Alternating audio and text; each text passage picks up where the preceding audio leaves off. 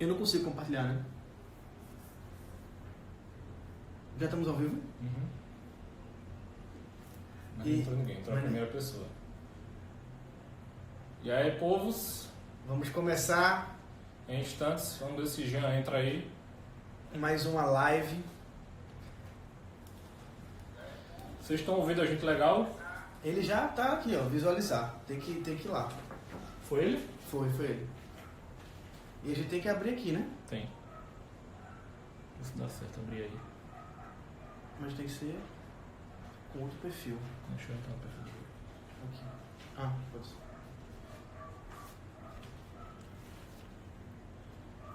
Aperta aí. Entra na câmera.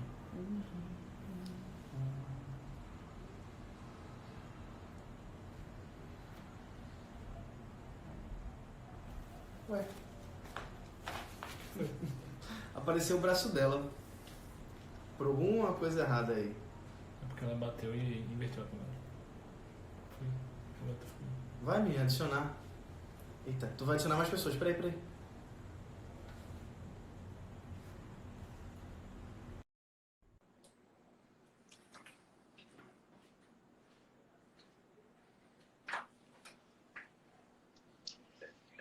Opa! Opa!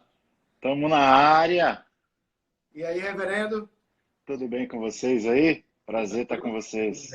Tudo bem. Coisa boa. Última vez que eu vi Jean foi na igreja de Jonas Madureira. Foi mesmo, né? Lá na Batista da Palavra. Quando ainda era na Vila Mariana. Ali é Vila Mariana? Acho que é. Ah, eu lembro. Quando era ali no Seminário Servo de Cristo. É, isso aí. Certo. Eu estava de férias, por isso que eu me dei o luxo de visitar outra igreja. Eu acho que você já estava meio que se preparando para viajar. Sim, acho que era janeiro, não, era dezembro. Acho que é isso. Acho que era dezembro. Aí eu tirei férias e aí estava me preparando já para viajar, é isso mesmo. Legal. E aí, como é que estão aí? Estamos confinados aqui. Quer dizer, Meio Não, confinado, não né? tanto, Nem né? tava- Mas aí em Recife pode tocar cotovelo com cotovelo que não tem problema. ainda pode. Por enquanto. E aí Maravilha. o pessoal está chegando, a gente já começa daqui a pouco as nossas... A ideia, Jean, é a seguinte, nós vamos fazer algumas perguntas para começar, para dar uma esquentada na conversa, e aí você vai fazendo exposição, a ideia é que você fale mesmo, e depois a gente abre para perguntas com o pessoal que está acompanhando a gente agora. Legal, muito bom. Depois Eu essa live ela vai para o YouTube da igreja, vai para o canal também. Ótimo. Eu vou mandar uns aviões aqui. Tem um aviãozinho aí que você pode compartilhar para os seus contatos. É mesmo? Como é que faz isso? Ah, É, tem um, certo. Eu sou tem um meio ignorante no aviãozinho. Instagram. Tem um aviãozinho aí. É só mandar o aviãozinho. Eu mandei para alguns aí. Maravilha. E aí, Rodrigo, só cabelo branco, cara? Ó, já Só tá cabelo branco? a mancha aqui. Tá igual o William Bonner quando era casado. Depois que divorciou, embranqueceu tudo. Verdade. Coitado. Olha, Alain René aí, hein? Reverendo. fala, Alan. Agora ficou sério o negócio, hein? Agora ficou sério. Como é que é namoro em grego, Jean? Rapaz, tem nem condição. Acho que nem existe essa palavra, na verdade. Agora tem que perguntar coisa difícil. É, a palavra namoro vem do espanhol, na verdade, né? Que é enamorar, enamorar. E aí ela foi trazida para o português um tempo depois. Então ela é uma palavra tipicamente ocidental, recente. E latina, né? É, Caliente também. A gente vai falar sobre se namoro é caliente ou não, hein? tem que falar, ué. Quantos graus? Quantos graus? Isso. Tá bom, vamos começar então com uma oração. Bora. Pode orar. Vamos orar para a gente começar. Santo e eterno Deus, nós te louvamos, Senhor, sabendo que Tu és o Deus que controla tudo e tem controlado esse período e tem cuidado de nós também, Senhor. Que Tu possa nos iluminar. Nós te agradecemos também pela vida e família do Reverendo Jean. Que seja um momento de acalento ao nosso coração, que os irmãos que entrarem possam aprender mais da Tua palavra, Senhor. Que a gente seja usado por Ti para a Tua honra e glória, Pai. Em nome de Jesus, amém. Amém. Amém. Acho que para começar seria bom que Jean pudesse se apresentar para a nossa igreja e também para aqueles que estão participando. Começar tirando dúvida da gente como é que pronuncia o seu segundo nome. Certo. Não, primeiramente, muito bom estar aqui com vocês, todos aí da Igreja Presbiteriana Casa Caiado, todos aqueles que estão ao vivo com a gente. Meu nome é Jean Francesco. Então, o segundo nome... Tem que fazer a mãozinha assim? Tem que fazer a mãozinha assim, porque é italiano, né? Jean Francesco, e atualmente eu sou um dos pastores auxiliares da Igreja Presbiteriana da Penha, cidade de São Paulo, capital. Estou de licença, obviamente, né? Cedido para estudar. Estou aqui indo para o meu terceiro ano do doutorado aqui no Calvin Theological Seminary, estudando teologia sistemática. E aí, plano é voltar para o Brasil em 2022, em definitivo, se Deus quiser. Por enquanto, a gente está aqui também confinado em Michigan. É uma cidade maravilhosa, não tem quarentena melhor do que ficar aqui, porque aqui, diferente de outros lugares, você pode passear, pode ir para parque, pode fazer piquenique, porque os parques, as ruas, elas são muito largas. Então, o distanciamento social é muito fácil de ser feito, né? Então, a gente está, obviamente, não está feliz, né? Mas é um tempo que a gente está confinado aqui, esperando boas notícias. Uhum. E qual a temperatura daí de agora? Eu sei que o inverno já passou, né?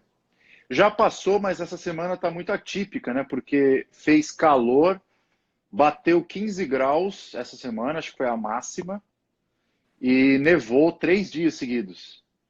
Mas foi uma neve bem rala, assim, -3, -5, foi bem fraquinho. Você fala pra gente que fez calor com 15 graus, você está querendo debochar de nós, recifenses, aqui, na boa, com o nosso Foi calorzinho. intencional. Falar de Foi 30, intencional. né? Dá licença. Foi intencional. Totalmente intencional. Coisa boa. Começar com as perguntas, então? Bora? Vamos lá. Eu tive a oportunidade de ler/ouvir o seu livro há pouco tempo, porque está no The Pilgrim, então, inclusive, fazendo a propaganda aqui, aqueles que não conhecem o livro do Reverendo Jean, é um livro muito interessante. Eu quero até comentar uma coisa muito pessoal minha. Eu tinha até um certo preconceito, porque sabe como é, né? Eu sou da época que os livros do pastor Jaime Camp ainda era um dos poucos materiais que se tinha sobre esse tipo de assunto, sobre adolescência e tal. E eu lembro de lendo o livro dele, ainda adolescente, pré-adolescente, e ver aquelas figurinhas, aquela coisa assim, um pouco mais lúdica demais. Aí eu ficava pensando assim, será que é nesse caminho? Mas quando eu ouvi, não li, né? Ouvi o seu livro, eu gostei muito, muito mesmo. Então, fica aí a dica para quem está meio sem tempo de ler, dá para ouvir o livro do Reverendo Jean no aplicativo The Pilgrim. Você pode baixar esse aplicativo e você tem acesso, acho que tem até um tempo que você tem acesso gratuito, depois você precisa fazer o pagamento, eu não sei quanto é, mas, enfim, foi bem legal. Aliás, o que você achou do áudio? Porque eu não ouvi ainda, não tive nem o privilégio de ouvir. Eu achei muito legal. Inclusive... É voz masculina, é voz feminina? Eu não sei nada. Não, é homem. Inclusive, eu tenho a mania de ouvir numa velocidade 2 vezes, né? Então, eu consegui terminar o livro com uma velocidade muito maior do que eu faria lendo. Inclusive, eu lembro, enquanto eu ouvi o livro, eu estava fazendo compras, uma compra grande no supermercado, então eu quase terminei o livro fazendo compras. Então, veja só. Legal, muito bom. Estão perguntando o nome do livro. Fala o nome do livro. O nome do livro é bom. O nome do livro é O Significado do Namoro. A editora é Corandeu. Pronto. Então aí você já tem acesso. Então, para começar a nossa conversa indo direto ao ponto, você começa falando um pouco do histórico. Aí você já brincou um pouco com a questão até mesmo da história da palavra. E aí eu queria que... tem aqui a capa, para quem quiser dar uma olhada. É esse aqui. Tá aí. Então é o seguinte, você começa falando um pouco do histórico dos relacionamentos pré-maritais, né? Mostrando Legal. que nem sempre foi como a gente vive hoje, né? Pode parecer até que isso sempre foi assim, mas não foi. E aí, ajuda a gente, então, um pouco a ver um pouco dessa história e entender um pouco dessa dinâmica dentro da cultura, das mais diversas culturas que você já observou. Legal. Antes de eu falar um pouquinho, eu só queria deixar claro que o fato de eu escrever esse livro é uma coisa muito curiosa, porque eu nunca quis escrever um livro sobre esse assunto. Nunca teve nos meus planos. Foi uma coisa totalmente ocasional. Eu esperava que, após sair do seminário, ia para uma igreja ser pastor, auxiliar e cuidar de adultos e tudo mais. E Deus acabou mudando os planos, eu fui ser pastor de jovens. E, obviamente, pela necessidade, acabei tendo que cuidar de jovens e adolescentes por 7 anos. E aí, nesse período, foi inevitável escrever sobre namoro. E uma das minhas dificuldades era justamente entender o conceito namoro, né? Então, eu tive que ir para muitos livros que não são cristãos para entender o conceito da palavra. E aí você descobre que tem várias etapas. No livro eu coloco por A mais B quais são essas etapas, desde aquele conceito de namoros ou de casamentos arranjados que a gente tem nos patriarcas, nas escrituras, Abraão escolhendo ou mandando o seu servo Eleazar para escolher a sua esposa, a esposa de Isaac. Nós vemos esse costume na Bíblia por muitos e muitos anos. No Novo Testamento ainda isso era comum, mas agora já tinha um processo de noivado, que não era apenas um noivado de 1 dia, 2 dias, era um noivado de 1 ano. E depois desse 1 ano você tinha todo um ritual que foi elaborado. E aí depois você tem esse processo de noivado se estendendo por toda a história ocidental. No Oriente, o costume dos casamentos arranjados permaneceu e permanece em muitos lugares até hoje. Se você for, por exemplo, o Oriente Médio, esse costume ele é expandido em muitos lugares. Então não tem esse negócio de você escolher a pessoa que você quer casar. Geralmente ou o seu pai ou sua mãe escolhem para você. E eu conheço amigos, né, no Oriente Médio, missionários e tal, que convivem com isso. Eles são pastores de comunidades em que as mães escolhem as esposas para os filhos. Então, até hoje, ou seja, não mudou. Para você ver como que esse conceito de namoro, ele é tipicamente um produto do individualismo ocidental e essa ideia do romantismo idealista de você encontrar alguém que se encaixe perfeitamente em você. Pois bem, esse surto do individualismo, ele começou a aparecer na história ali no século XIX, XVIII e XX, ele chegou com tudo, desenvolvendo cada vez mais, especialmente por causa do movimento romântico, né? Então você tem aqueles livros românticos de cantatas, de serenatas, de jogar pedra na janela, toda aquela cultura foi se estendendo até que a gente chegou no pico desse individualismo, dessa liberação da afetividade nas décadas de 60, com o final das guerras mundiais. O pessoal falou, é melhor não fazer guerra, vamos fazer amor. É proibido proibir, faça amor, não faça guerra, todo aquele movimento de liberação afetiva. E aí então o namoro ele é isso que é hoje, ele é tipo um passatempo que você tem com alguém, sem nenhum propósito, sem nenhuma intenção para casamento, é simplesmente uma conexão de corpos, uma conexão de bocas, uma conexão de afetividade que não tem nenhum propósito para além disso, né? E tudo é liberado sexualidade, liberado beijo, liberado tudo que você tem noção ou não tem noção. E aí eu tentei entender o conceito de namoro a partir desse histórico. Eu me surpreendi que o arranjo namoro, ele só existe há 100 anos. E aí você para pensar, poxa, eu sou pastor de uma galera de adolescentes jovens do Brasil, onde todo mundo acha que namoro é tipo assim, uma coisa bíblica. Namoro sempre existiu. Namoro, assim, pastor, o que a Bíblia diz sobre namoro? Essa era a única pergunta que eu recebia, assim, no meu ministério. Pastor, o que a Bíblia fala sobre namoro? Eu falei, mas tem alguma coisa sobre namoro na Bíblia? Eu li de Gênesis, Apocalipse, não tem absolutamente nada. Por uma razão muito simples, não existia. A Bíblia não pode falar de alguma coisa a não ser se for uma profecia de algo que ainda não existe. Então foi esse o pontapé inicial para eu escrever o livro. Uhum. Uma coisa interessante, só para continuar essa conversa, é que a igreja cristã, ela tentou responder essa pergunta sobre como especialmente aí, respondendo esse período que você falou aí dos anos 70, de muitas maneiras. E uma delas, especialmente nos anos 90, ficou muito famosa a partir de um livro de um cara que, inclusive, acabou de abandonar a igreja, que é o Joshua Harris, e que em português ficou Eu Dei a Deus ao Namoro.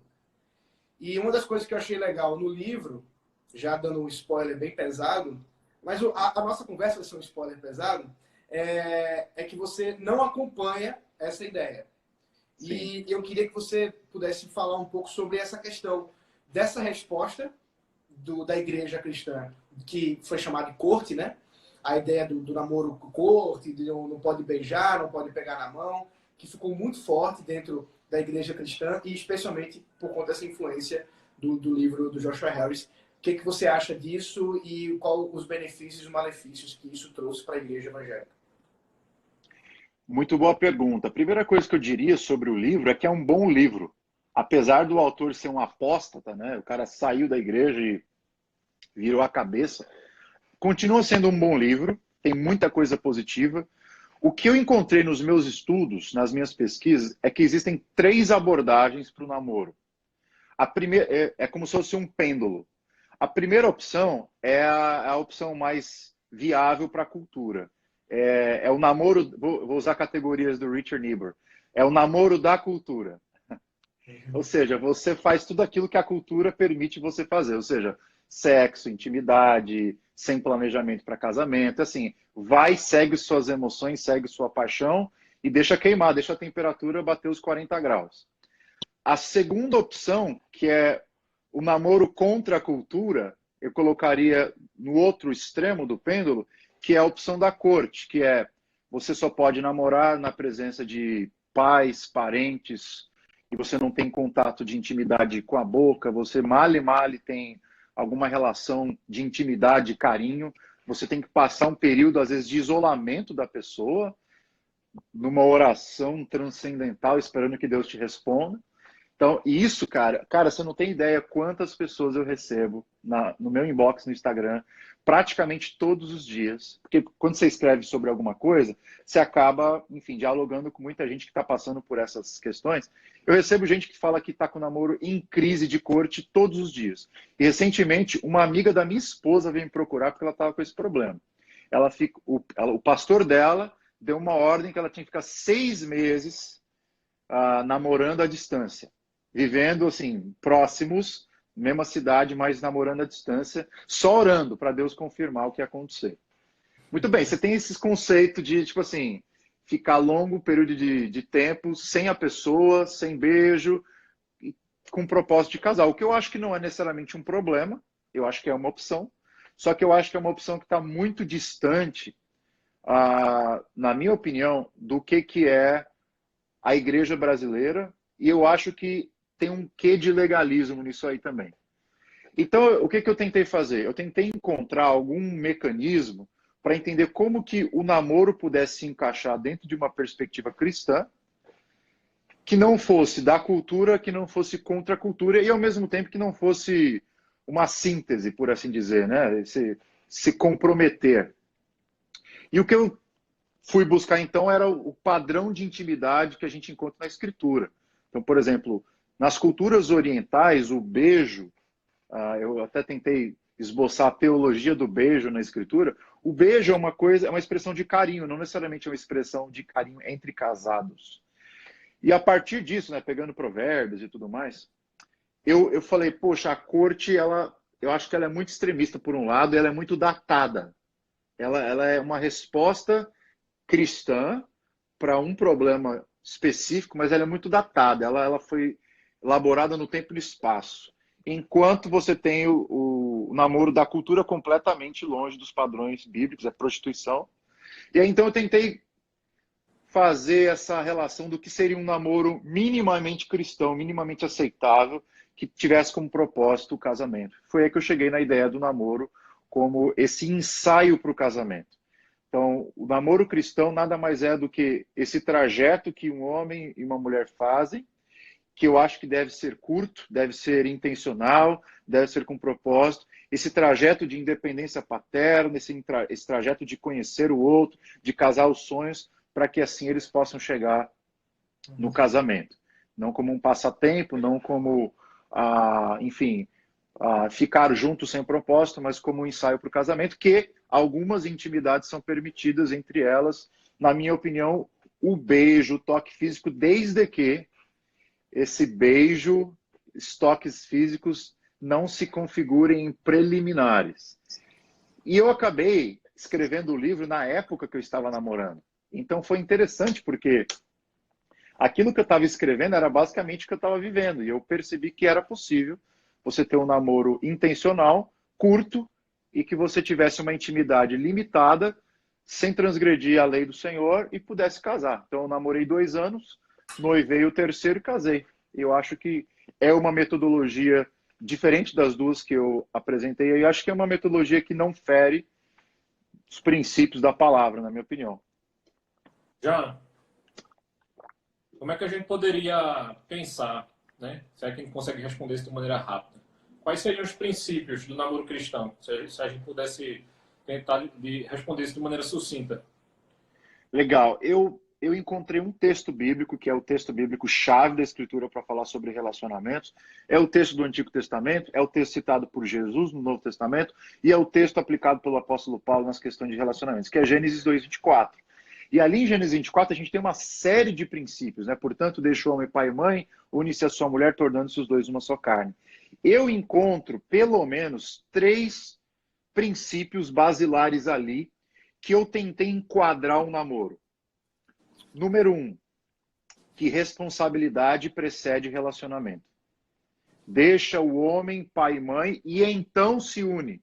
Ou seja, o fato de você encontrar uma pessoa e se unir a ela, pressupõe que você iniciou o trajeto de deixar a casa de pai e mãe. Então, eu acho que esse é um princípio que não dá para fugir.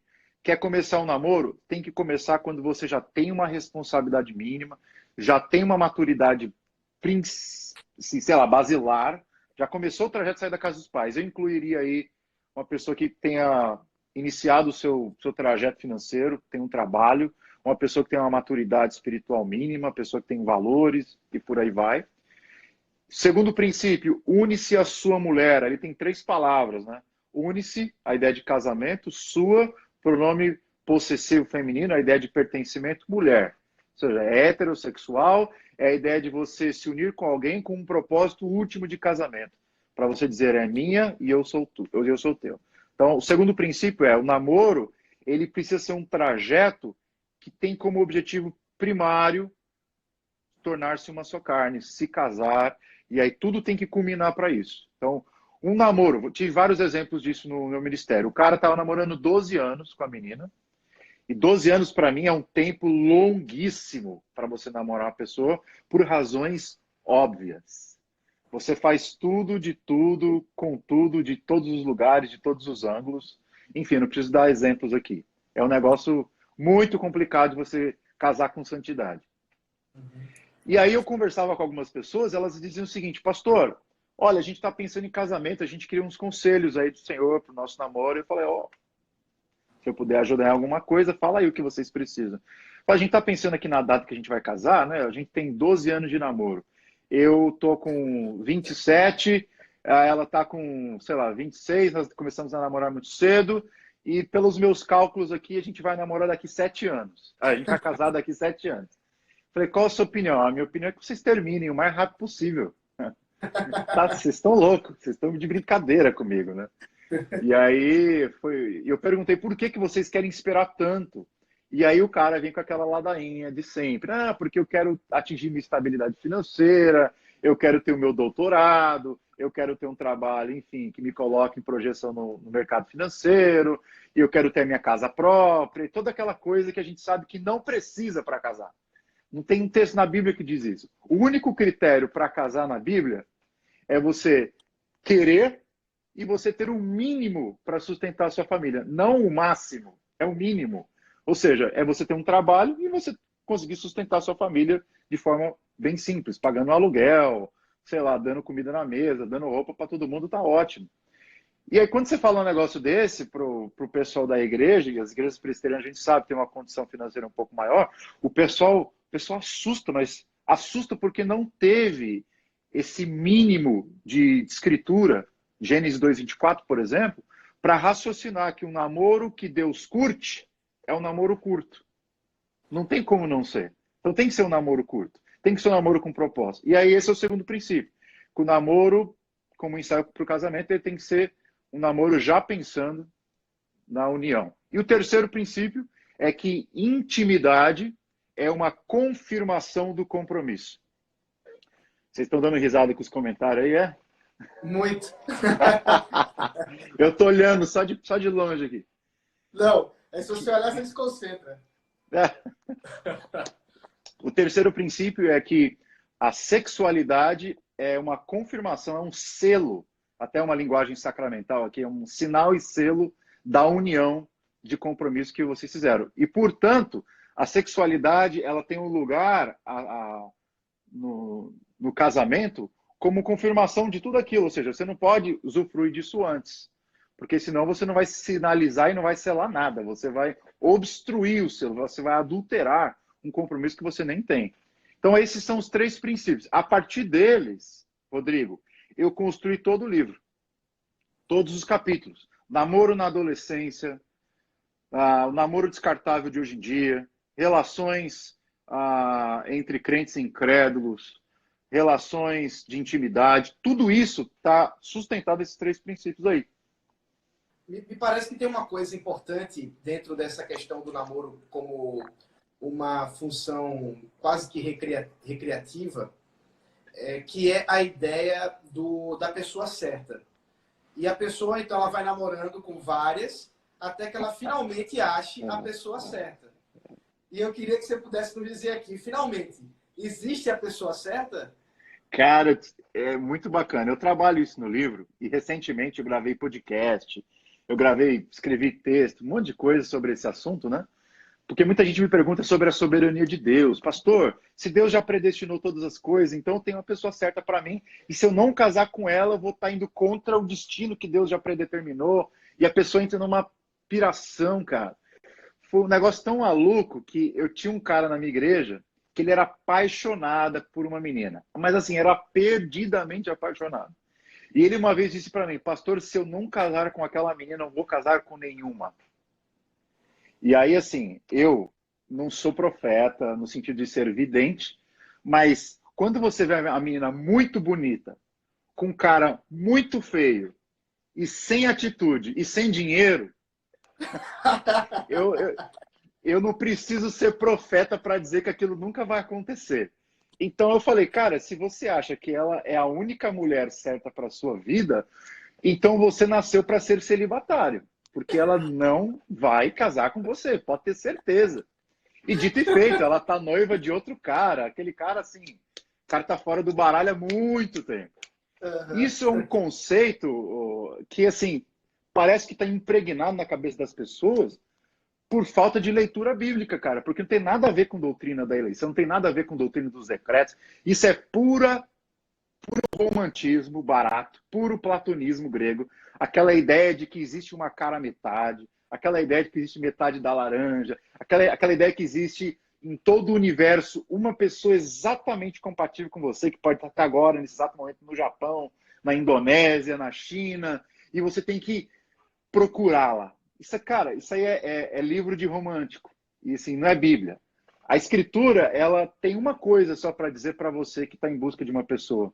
Muito simples. Várias pessoas podem dar certo com você. Escolha uma e seja feliz. Isso soa muito simples para algumas pessoas, mas se você vai lá para Provérbios, a sabedoria bíblica, o texto fala, aquele que encontra uma mulher, encontrou a graça de Deus. Ou seja, o ato de você encontrar uma mulher, um homem, que seja uma pessoa de Deus, que ama o Senhor, uma pessoa séria, uma pessoa que tem interesse em casar, Uma pessoa que te ama, bingo, cara. Não tem muito mais o que procurar. É você conhecer a pessoa, ter um mínimo de trajetória junto com ela e casar, cara. Não tem muito segredo. E isso facilita tanto a vida que as pessoas acham que é muito simples, que é muito fácil. Mas o fato é, não é difícil. Nunca no passado as pessoas tiveram essas crises existenciais para encontrar uma esposa. Elas simplesmente escolhiam uma, casavam e ficava a vida toda. Ponto final. Acho que a gente precisa resgatar um pouco dessa ordinariedade do relacionamento. Cara, hoje encontrar uma esposa virou uma matéria extraordinária. Só dá certo quando Deus revela do céu por um anjo, numa pregação. Isso nunca foi um princípio bíblico. Deus se revela no extraordinário, geralmente para outras coisas. Nada contra Deus quiser revelar para você quem é. Quem sou eu para dizer que Deus não pode fazer isso? Mas o método de Deus geralmente não é esse. Tem uma coisa interessante, é que a pessoa certa é aquela com quem eu casei, né? Então pronto, Exatamente. acabou-se. Acabou-se. É só Agora, ficar junto. essa história de ficar namorando com várias ou com vários atrás da pessoa perfeita, isso é desculpa para... É desculpa para pecar. Para pecado, exatamente. Sem dúvida. Sem dúvida, a gente observa isso. Pela hora, acho que a gente já pode abrir para perguntas. Acho Para que começar a já, responder. já tem umas 5 aqui, eu estou vendo. Já a coisa está bem quente já deu uma esquentada. Enquanto isso, só um breve comentário. Lívia é uma amiga querida que está fazendo piada comigo, o pessoal não se escandalize não, mas ela tem razão. Com relação às minhas duas filhas, eu estou bolando já o primeiro convento reformado daqui de Recife, e elas vão ser freiras reformadas com um voto celibatário. Não tem essa história de namoro para elas, não.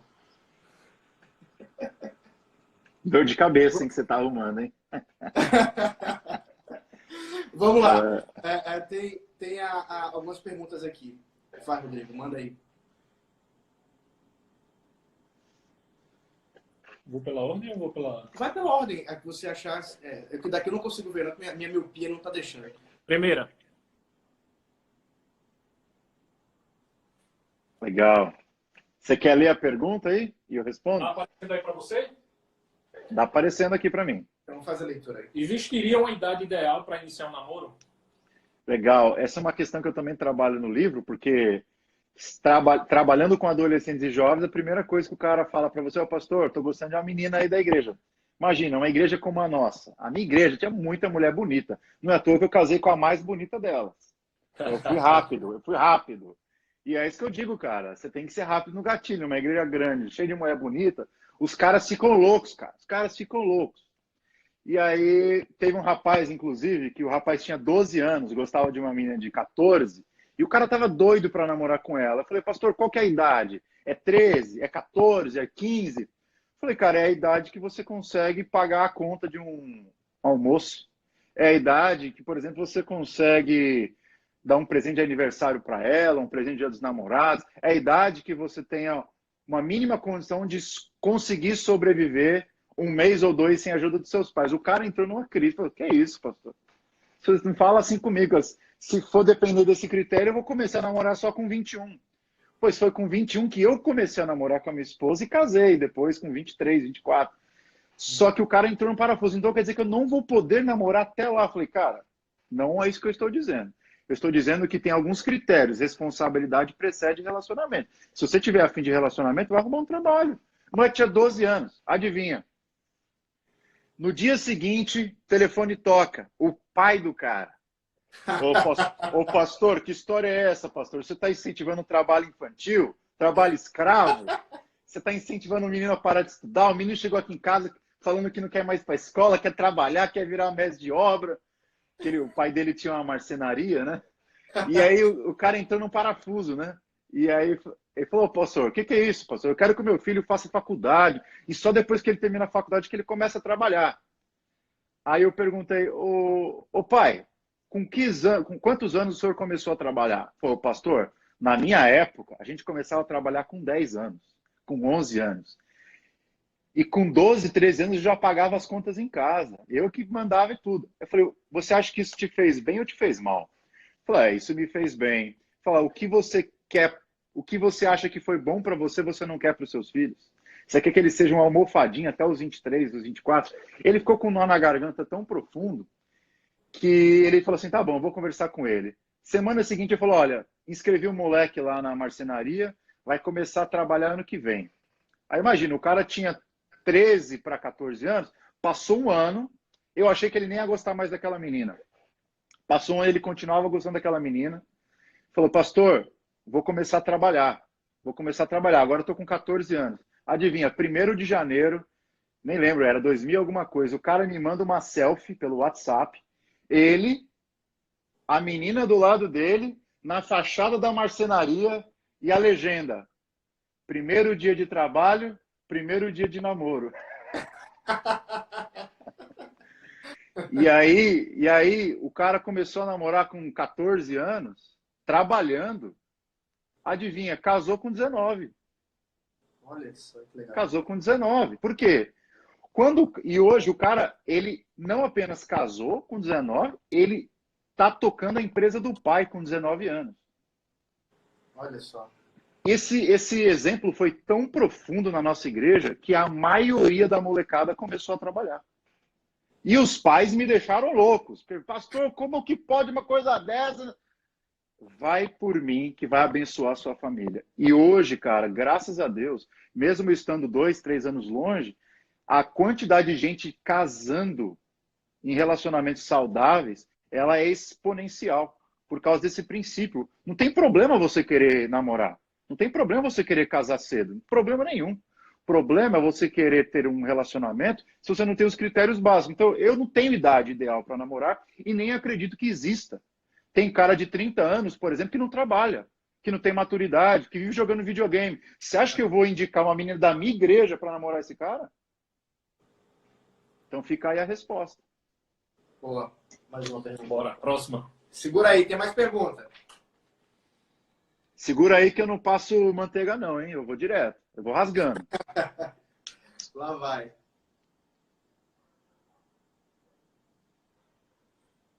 A gente não está conseguindo ler completa, mas vamos ver se dá para... Você acha que os adolescentes jovens deveriam fazer estudos profundos acerca de casamento, uma vez que isso Implicaria em alguma coisa? Legal, a gente não sabe o resto, né? É. Eu acho que foi por essa razão, a resposta é sim, e foi por essa razão que eu escrevi o livro. Imagina, eu estava com os meus 18, 19 anos, quando comecei a trabalhar como seminarista na igreja, uma necessidade absurda de ensinar a galera, espera, calma, amadurece primeiro, depois pensa em relacionamento, vai te dar dor de cabeça, vai queimar um monte de etapa na sua vida que você teria que aproveitar agora e deixar relacionamento para depois. Enfim, ensinava aqui, ensinava colar, ensinava 1 ano, 2 anos, 3 anos, até que eu cheguei a ensinar tanto e as pessoas faziam sempre as mesmas perguntas. E aí eu cheguei num estopim que eu cansei, cara. Falei, eu vou escrever um livro que tá tudo escrito lá pra galera quando quiser perguntar para mim, ó, lê o meu livro. Enquanto você não lê o meu livro, eu não te respondo se sim ou se não. E foi aí que um cara falou, pastor, então escreve mesmo que eu vou ser o primeiro a comprar. E aí eu escrevi, e aí eu publiquei, e o número de gente me perguntando qual que é a idade, se eu posso começar a namorar, ele diminuiu praticamente 70%, 80%. E foi uma grande estratégia para eu pastorear a minha igreja, e acabou que essa estratégia ela transcendeu os limites da minha igreja e, enfim, vendi mais de 4.000 cópias aí no Brasil todo. Porque é exatamente isso, você precisa estudar, cara. Precisa entender o que é relacionamento, precisa entender que tem princípio bíblico para relacionamento. E eu acho que o livro tem esse serviço. Ele foi escrito numa linguagem muito simples.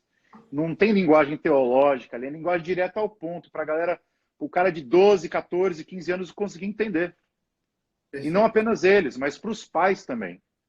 Então tem que estudar, o pai tem que ensinar os filhos também, o pastor, o seminarista, o professor de escola dominical. Deixa eu comentar, antes de Rodrigo fazer a próxima pergunta, e emendar então com uma pergunta que eu não sei se está aí, mas eu gostaria de fazer para você. O que você acha da importância ou do papel dos pais nesse assunto do namoro dos seus filhos? Eu acho essencial. Eu acho essencial. E isso era muito negligenciado na época que eu entrei nesse assunto na igreja, a tal ponto de eu ser convidado para ir ao conselho diversas vezes. Convidado, você entende o que eu quero dizer, né? Uhum. Ô, pastor, você tá tá cruzando a linha vermelha, tá falando de umas coisas muito picantes aí para molecada de 13 e 14 anos. Algumas mães chegaram ao ponto de dizer que eu não quero que o meu filho ouça a palavra sexo, senão depois dos 18 anos. Ah, tá. E era uma irmã muito influente na igreja, que tinha filhos maravilhosos. E eu falei, minha irmã, não sei se a senhora sabe, mas na escola é a única coisa que ele ouve. Ah, mas ele estuda na escola tal, eu pago não sei quanto. Ele ouve e ele é doutrinado pelos amigos, doutrinado por professores, doutrinado pelas pessoas influentes a respeito da sexualidade, do namoro, da cultura. Eu estou tentando trazer um antídoto para ele. E aí, cara, o que aconteceu foi o seguinte: passou 1, 2 meses, 3, 4 meses, as mães e os pais começaram a entender que era inevitável falar sobre esse assunto, uma vez que não tem como você não falar dele, porque outras pessoas estão doutrinando os filhos na direção contrária. Então foi isso que eu acabei fazendo e acabou dando muitos frutos. E os caras que eram contrários a essa minha abordagem acabaram virando grandes aliados, né? Então eu acho que o pai, ele não apenas tem que falar com os filhos, mas primeiro ele precisa estudar, ele precisa ler. Então pega aí o meu livro, pega livros bons sobre namoro, o meu não é o único. Tem bons livros sobre namoro, tem um da Monergismo, que não é diretamente sobre namoro, mas é sobre sexo. É a Cosmovisão Sexual Cristã, que é excelente o livrinho. Pega esse livro, aprende a responder as perguntas que o seu filho vai fazer, porque ele vai te fazer. E aí muitos pais vão ser pegos de calça curtas, aí vão falar com o pastor, sem problema, a gente ajuda.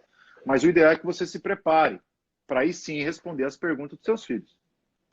Tem um livro do Lu Priolo também, né? Que a Nutra publicou sobre Sim, namoro. Vai mais uma pergunta aí, Jean. Segura aí. bora. Essa é boa. O namoro à corte gera mais pensamentos pecaminosos? Eu acho que depende de como você lida com isso, cara. Eu acho que pode acontecer e pode não acontecer. De qualquer maneira, pensamentos pecaminosos vão aparecer em qualquer tipo de namoro. Seja o namoro que eu estou sugerindo, que é o ensaio para o casamento, seja o namoro da cultura, enfim, você vai dar a carta branca para ele aparecer e para ele se concretizar, e o namoro de corte vai ter também. O que faz a diferença ali não é qual é se vai ser corte, se não vai. A questão é se você tem um planejamento quando você começou esse namoro. Você tem um planejamento? Você vai passar tempo ou você vê esse namoro como um vestibular para ter a pessoa para sempre? Então, se o cara fica nesse lenga-lenga de ficar de corte por 10 anos, cara, meu Deus do céu.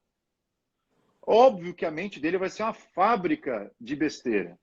Não tem como o cara ficar 10 anos namorando.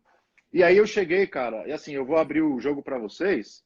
Desculpa as pessoas que estão ouvindo, mas eu aconselhei dezenas de caras que estavam fazendo namoro de corte que eles não tinham relações sexuais, mas tinham todo o resto. Ou seja, não era corte nenhuma. Entendeu? Perfeito, perfeito. Vai mais um aí, segura aí. O pessoal tá gostando, hein?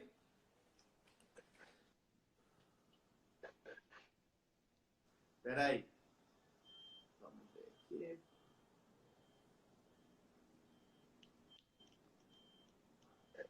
O pessoal anotando com caneta e papel, hein?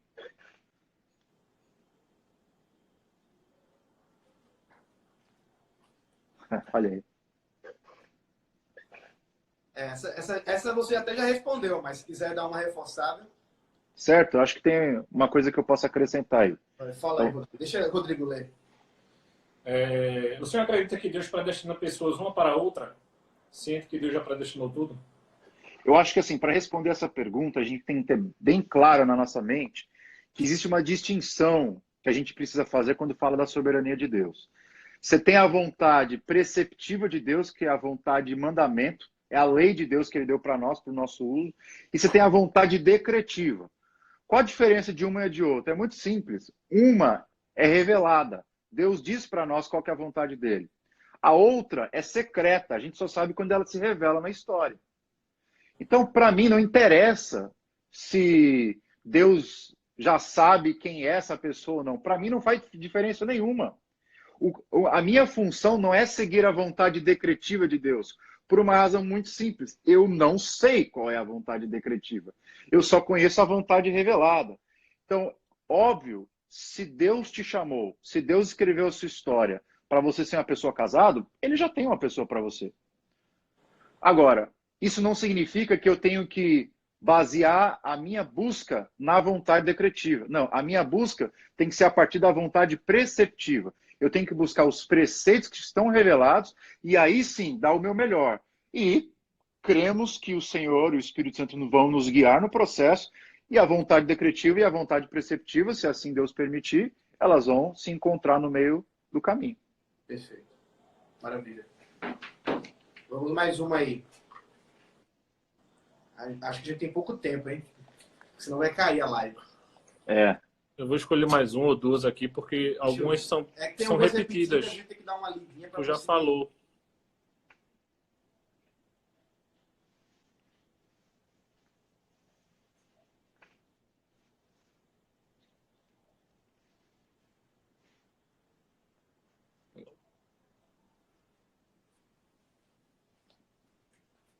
Essa é uma pergunta boa, hein? Como consiste a participação de pais não crentes no namoro de filhos cristãos? Essa é uma pergunta excelente, que na próxima edição do meu livro, inclusive, eu vou adicionar um parágrafo, uma página ou outra para responder essa pergunta, que foi a pergunta que muita gente me fez. E eu acho que eu tenho um pouco de propriedade para responder essa pergunta, porque eu cresci nessa circunstância. O meu pai não era cristão, nem a minha mãe era cristã. E aí, de repente, minha mãe se converteu e meu pai não. E aí eu segui o caminho da minha mãe e não segui o caminho do meu pai. Só qual era o problema? Com 12 anos, meu pai me colocava no colo dele e me ensinava como tocar a genitália das meninas na escola. Entendeu? Meu pai era um pai tradicional que queria formar um machão dentro de casa, um cara que, enfim, pega todo mundo. Esse era o estilo do meu pai. Então, com 12, 11 anos, ele já me ensinava estratégias para beijar a menina na boca, para pegar, passar a mão aqui, passar a mão acolá. Essa foi a cultura que eu recebi. A maioria das pessoas que são da igreja não recebem esse tipo de ensino. Mas eu queria só abrir os olhos de vocês que fora da igreja, muitas vezes é isso que os pais ensinam para os filhos, principalmente se for homem. Óbvio, se for mulher, como o reverendo muito bem disse aí, é do convento para cima, né? A gente é muito machista nesse aspecto. Sim. E aí, qual que é o ponto? Eu tive que ir na contramão da vontade dele, desonrar, falar, pai, não é assim que eu vou fazer, não. Porque eu tenho princípios e tal. Então, como consiste a participação? Eu acho que se você é filho, você tem pais não crentes, você tem que seguir, em número 1, vontade de Deus. Obedeça à vontade de Deus. Mas e a opinião dos meus pais? Você respeita, você honra, mas você discorda com toda a reverência. Uhum. Não tem muito mais que eu possa dizer. Perfeito. É basicamente isso. Excelente. E talvez até com isso você pode exortar o seu pai em amor, né? Sem desrespeitá-lo. Exato. Uma outra visão. E isso não é só uma coisa que acontece em relação ao namoro, não, viu? Em relação a filhos. Eu tenho recebido muita gente me procurando, dizendo o seguinte, pastor, eu casei, eu quero ter filhos, estou lá no meu 3º ano de casamento, quero ter filhos, mas o meu pai e a minha mãe aconselham a ter filhos só depois de 10 anos de convivência conjugal. E eles não são incrédulos, eles são crentes. Olha o problema aí. Mas pensam como ímpios. Mas pensam como ímpios, exatamente. Uma mentalidade completamente secularizada. E aí, pastor, o que eu faço? Eu desonro os meus pais, eu obedeço à vontade deles, eu sigo a palavra, ou sigo a minha consciência. E aí o princípio é, você tem uma família agora, é você e o seu marido. E essa é a sua família. Você tem uma família estendida, que é o seu pai, a sua mãe, o seu sogro, a sua sogra. A única pessoa que tem o direito de interferir nas suas opções no casamento é o seu marido, a sua esposa. O seu sogro e a sua sogra, sua mãe e seu pai, você escuta, você dá atenção com todo respeito, mas a última palavra é tua e do teu marido. E nessa questão de filhos, a gente precisa ir na contramão dessa cultura consumista e dizer que filho é herança do Senhor. Filho é soma, não é subtração. Quando a Bíblia fala de que é Alô? fazendo concessões, é encorajando, cara. Vai que vai. Perfeito. Vai mais uma aí. Olha, essa aí também. Recebo direto. Quer ler aí, Rodrigo? Há problema se a mulher toma iniciativa no relacionamento ou ela deve esperar o rapaz pedir namoro? Legal, essa pergunta é muito boa, porque a gente está vivendo numa cultura que ela prega a igualdade de gênero em todo lugar, né? E nós que somos cristãos, e não só cristãos, cristãos barra reformados, barra presbiterianos, nós temos uma visão ultramofada, ultrapassada, de que existem alguns gêneros que eles têm papéis na sociedade e eles não devem ser substituídos por cultura nenhuma. Essa é a nossa visão e ponto. Um deles é a liderança do marido dentro do relacionamento. O cara que é um cristão mais aberto, mais liberal, ele vai dizer que não, é igualdade total, não tem esse negócio. Que é o que eu chamo de teologia dos transgêneros, a teologia transgênero, que não existe gênero. Não, para nós existe.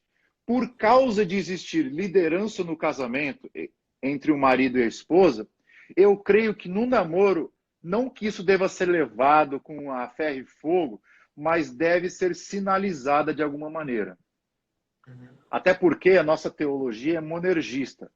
A teologia monergista, ela entende que Deus toma a iniciativa para nos resgatar. E se Cristo representa o marido e a igreja representa a esposa, obviamente é sempre Cristo que toma a iniciativa para ir atrás da sua igreja. O ideal seria que todo homem tomasse iniciativa para ir até a sua esposa. Mas eu entendo que por causa dos nossos tempos serem maus, tem algumas mulheres que são muito mais proativas que alguns homens. Nesse sentido, o que eu aconselho? Que você dê o empurrãozinho, minha cara, ouvinte. Aquela que você indireta. dê aquela indireta, aquele empurrãozinho, sabe? Aquela injeção de masculinidade no cabra, entendeu? Ô macho velho, vambora! Não chega a pedir ele em namoro, porque na minha opinião isso é a coisa mais maluca dentro de uma cosmovisão cristã clássica. Uma mulher pedir um cara em namoro. Para mim não rola. Você quer fazer, faça você. Para mim não rola. Eu me sentiria o mais banana dos bananas. Então, se o seu namorado, se o seu pretendente é um cara mais introspectivo, é um cara mais na dele, é um cara mais bananão, o que eu diria? Dá aquelas indiretas, como você falou, dá aquela, enfim, aquela empurradinha e deixa que ele toma a atitude de concretizar o compromisso. Essa é a minha opinião. Agora, se você vem de uma tradição cristã mais igualitária, aí, meu amigo, nada do que eu estou falando, nada do que eu estou falando faz sentido para você. Você chega até a sugerir que os namorados, o rapaz, até pague o sorvete da moça e mesmo ainda no namoro, dando já, né, como é treino, então ele já vai começando a trabalhar a questão do sustento, né? Exatamente. Perfeito. Vamos Porque, ver. assim, a gente tem uma perspectiva que o homem, por mais que ele seja um cara com traços, vamos dizer assim, traços mais femininos, tem algumas coisas que estão no DNA do ser masculino, que é a ideia de provedor, de protetor, enfim, daquele cara ser o sacerdote do lar. E tem que tomar iniciativa, cara. Não tem para onde fugir. Então, essa é a minha opinião. Você pode me xingar de tudo que você quiser. Eu não vou sair de onde eu penso. Eu creio que isso é o padrão bíblico e ponto final. Próxima. Já a gente acha que deve ter mais uns 5 minutos, eu acho. Beleza, vambora. Essa aí eu vou demorar uns 15 minutos. Como a gente deve lidar com os pais, com o namoro na adolescência? Os pais devem proibir? Deixa eu só fazer uma questão aqui. Se a gente cair, a gente volta. Beleza, sem problema. Beleza? Só para não perder a pergunta. Vai lá. E geralmente tem um countdown que fica no canto superior da live. E aí você, se você quiser, você fecha e abre de novo, só para não desligar de uma vez, né? Que aí dá para salvar e fica com as duas lives salvas. Mas vamos lá. Beleza. Eu acho o seguinte: os pais, número um, têm autoridade sobre os filhos. Isso é ponto pacífico. Então, o pai não deve se sentir acuado no sentido de que, não, eu não posso proibir meu filho de fazer nada, eu tenho que deixar ele escolher, ele ser o senhor do seu destino. Isso aí é papo furado. Se isso é papo furado para um monte de outros quesitos, por que não seria para a questão dos relacionamentos? O que eu estou dizendo? Eu acho que o pai tem autoridade sobre os filhos. Filho, eu não quero que você namore agora. Eu acho que o pai tem essa autoridade. Número um, pode ele estar certo ou estar errado, ele tem essa autoridade. Porém, eu acho que o raciocínio do adolescente é o seguinte: se o meu pai me proibir, é aí que eu vou querer mais e mais. E é aí que eu vou ficar mais obstinado. E é aí que eu vou ser um cara mais desobediente. E eu acho que cada pai, número um, tem que conhecer bem os seus filhos. Tem filhos, e aí essa é a minha experiência pastoral. O cara, ele é super dócil.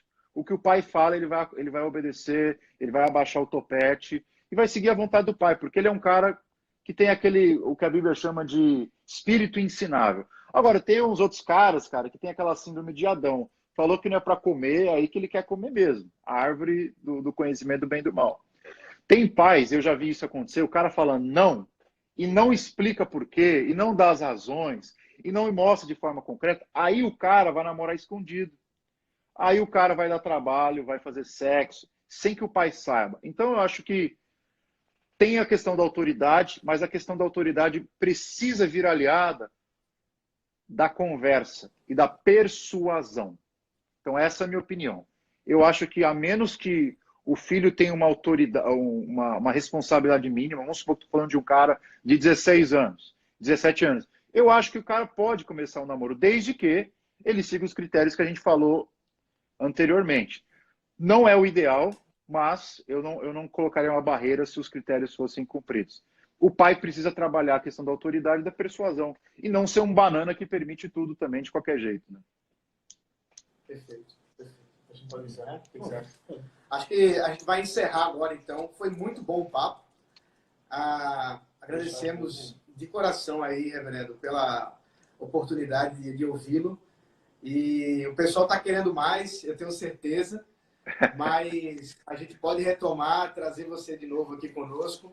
Só para lembrar, o Jean está lá nos Estados Unidos, sem nem que horas são lá, e está aqui conosco. Então, é uma alegria tê-lo aqui. Muito obrigado e que Deus te abençoe e te dê capacidade de terminar esse PhD aí para a glória dele.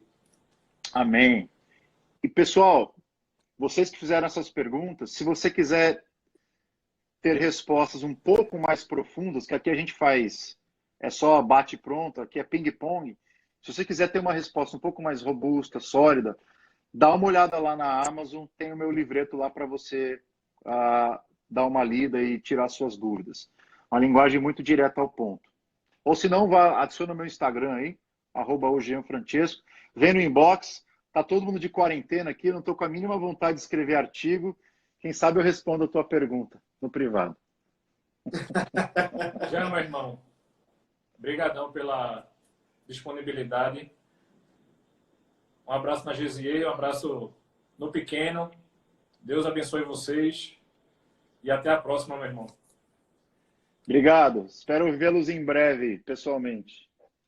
Se Deus quiser. Abração. Até mais. Pessoal, a gente Amém. Já Tchau, vamos. Até mais.